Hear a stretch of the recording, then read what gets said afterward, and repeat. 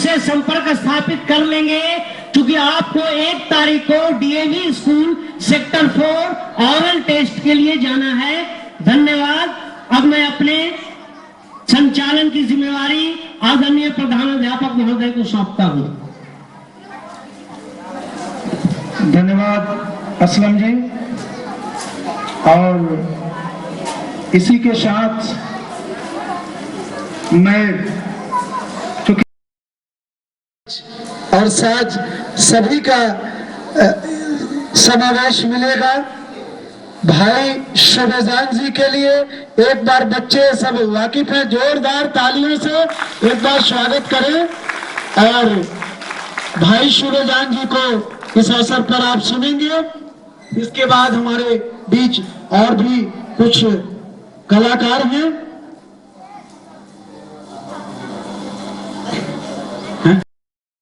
छोड़ दे बुलबुले गुलिस्तान ये भी मुमकिन है, चहकना छोड़ दे बुलबुले गुलिस्तान ये भी मुमकिन है, और चटकना छोड़ दे कलियां ये भी मुमकिन है, ये पर्वत छोड़ दे अपना ठिकाना ये भी मुमकिन है, बरसना छोड़ दे अबरे बहाना ये भी मुमकिन है। हर चीज मुमकिन है यहाँ, पर ये मुमकिन हो नहीं सकता। क्षमा रोशन है भारत का, अंधेरा हो नहीं सकता। क्षमा रोशन है भारत का, अंधेरा हो नहीं सकता। अभी आपने प्रधानाध्यापक महोदय से सुना था कि कुछ बदलाव देखने को मिल रहा है। यकीनन ये बात तो हकीकत है, काश कुदरत इसे बदल दे, लेकिन God help those who help themselves.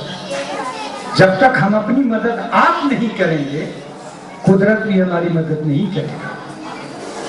क्योंकि अल्लामा इकबाल ने कहा है कि कर खुदी को बुलंद इतना कि हर तकदीर से पहले खुदा खुद बंदे से पूछे बता तेरी रज़ा क्या है। हमें बदलना होगा खुद को, तभी हम देश को बदलने की बात कर सकते हैं। आप जानते हैं कि बुलबुल को चहकने के लिए क्या चाहिए? बुलबुल को चहकने के लिए क्या चाहिए और कलियों को चटकने के लिए क्या चाहिए? दोनों को एक ही फजा चाहिए और चमन को बसंती हवा चाहिए। चमन को बसंती हवा चाहिए। दोस्तों, आज के इस मौके पर हवा मदमस्त होकर जब चमन को गुदगुदाती है, हवा मदमस्त होकर जब चमन को गुदगुदाती है, चुरा के खुशबू फूलों से फजाओं में लुटाती है। और सुनो, ऐसे ही मौकों पर ऐ मेरे दोस्तों, सुबेजान मेरे दिल से यही आवाज आती है, यही आवाज आती है। क्या आवाज आती है? कि वतन पे हो गए जो कुर्बान, वतन पे हो गए जो कुर्बान, वहाँ वतन पे हो गए जो कुर्बान, कहाँ हैं अब वैसे इंसान? मैं उनको ढूंढ रहा हूँ, मैं उनको ढूंढ रहा हूँ, मैं उनको ढूंढ रहा हूँ। वतन पे हो गए जो कुर्बान,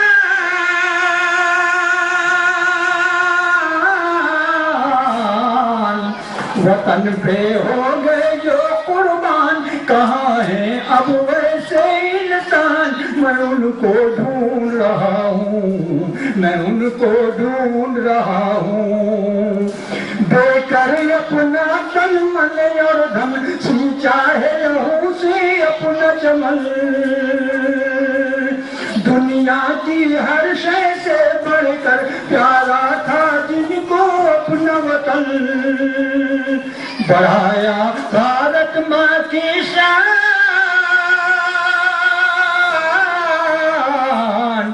बढ़ाया भारत माँ की शान, लुटा कर अपने सब अपना छोड़ दिया। सुख चैन सब अपना छोड़ दिया, परिवार से नाता तोड़ लिया। सुख चैन परिवार से नाता तोड़ लिया, भारत की आजादी के लिए संसार से मुंह को मोड़ लिया। वो कैसे देश की थी संतान,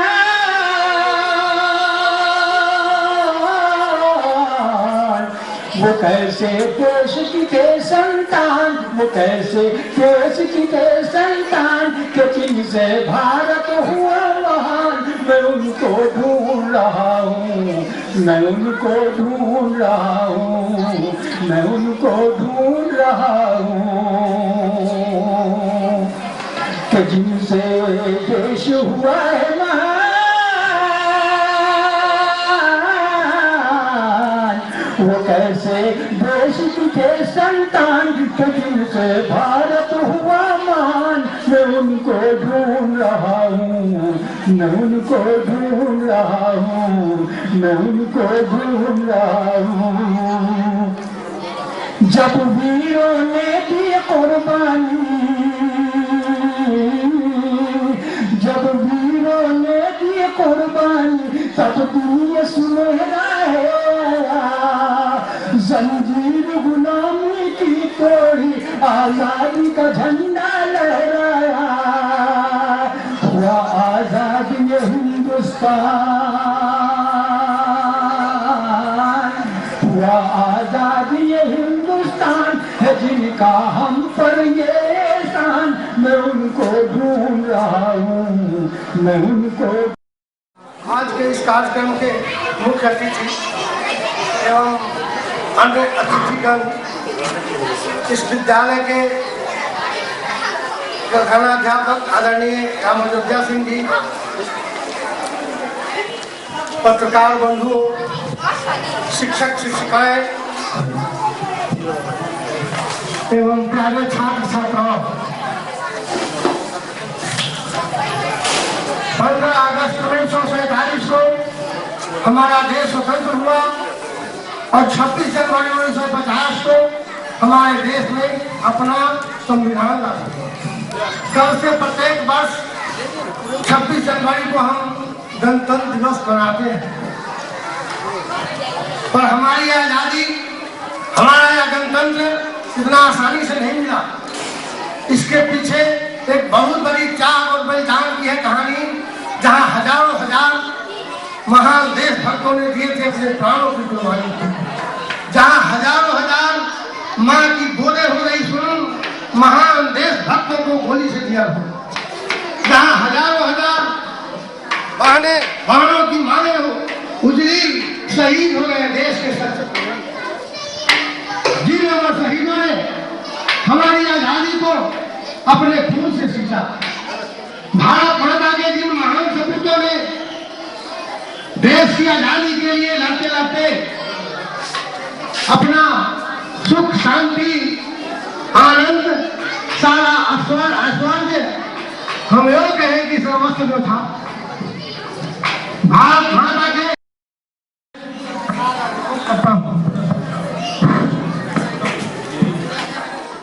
देश में काफी विकास हुआ है, चाहे वो शिक्षा का क्षेत्र हो, चाहे वो विज्ञान का क्षेत्र हो, चाहे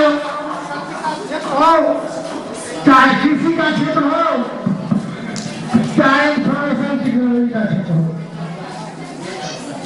यानी चौमुखी विकास हुआ है देश में। हम कहां से आज कहां चले हैं, लेकिन हमें भी बहुत कुछ करना बाकी है। बहुत मामलों में हम अंतर्राष्ट्रीय राजनीति से बहुत पीछे है और इसके लिए हम सभी भारतीयों को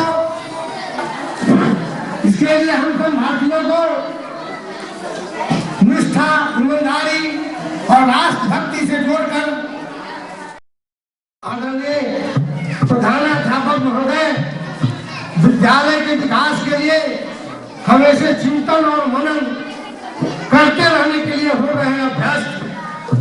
ये शिक्षकों के विकास के लिए पहले भी लाठीचार्ज से हो चुके हैं त्रस्त, इसीलिए विपरीत परिस्थिति में भी इनका हिम्मत नहीं होता है फर्स्ट, क्योंकि इनके ऊपर गिरिजा और शंकर दोनों का एक साथ है बर्दाश्त।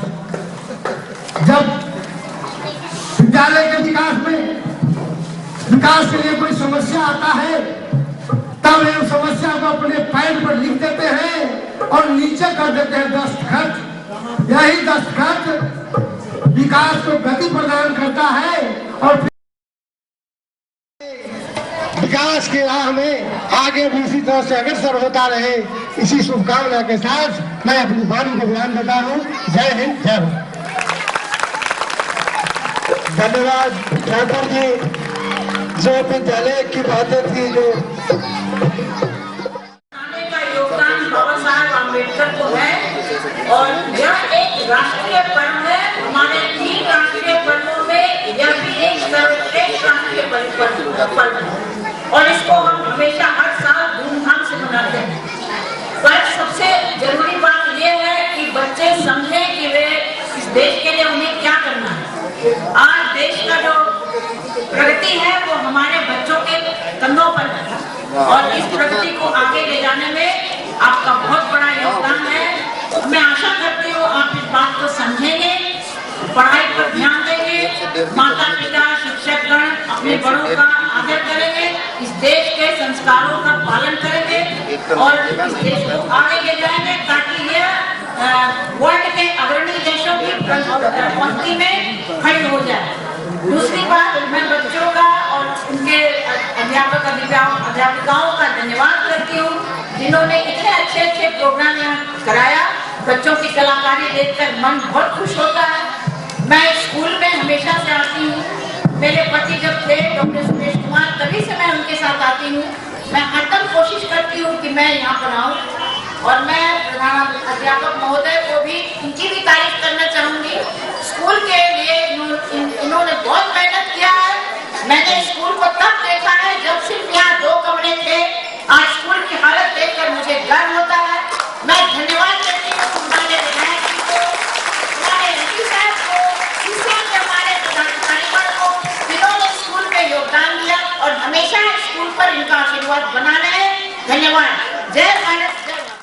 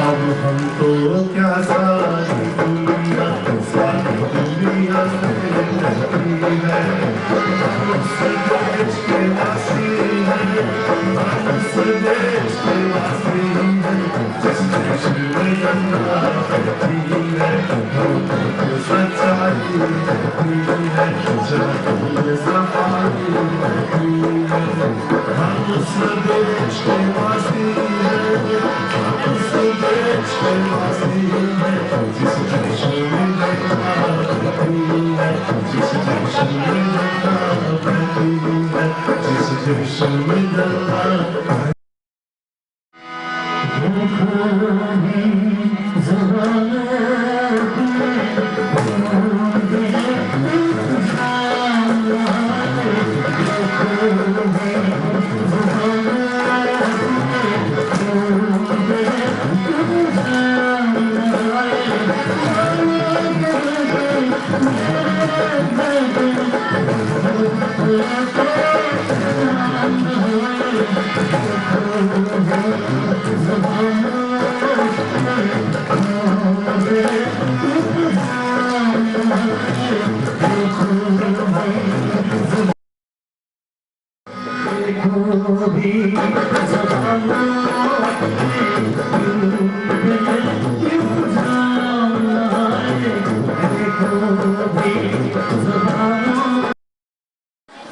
अगस्त 1947 की आजादी मिलने के बाद भारत का एक अपना संविधान बना, जिसको हमारे देश के पूर्वजों ने बनाया।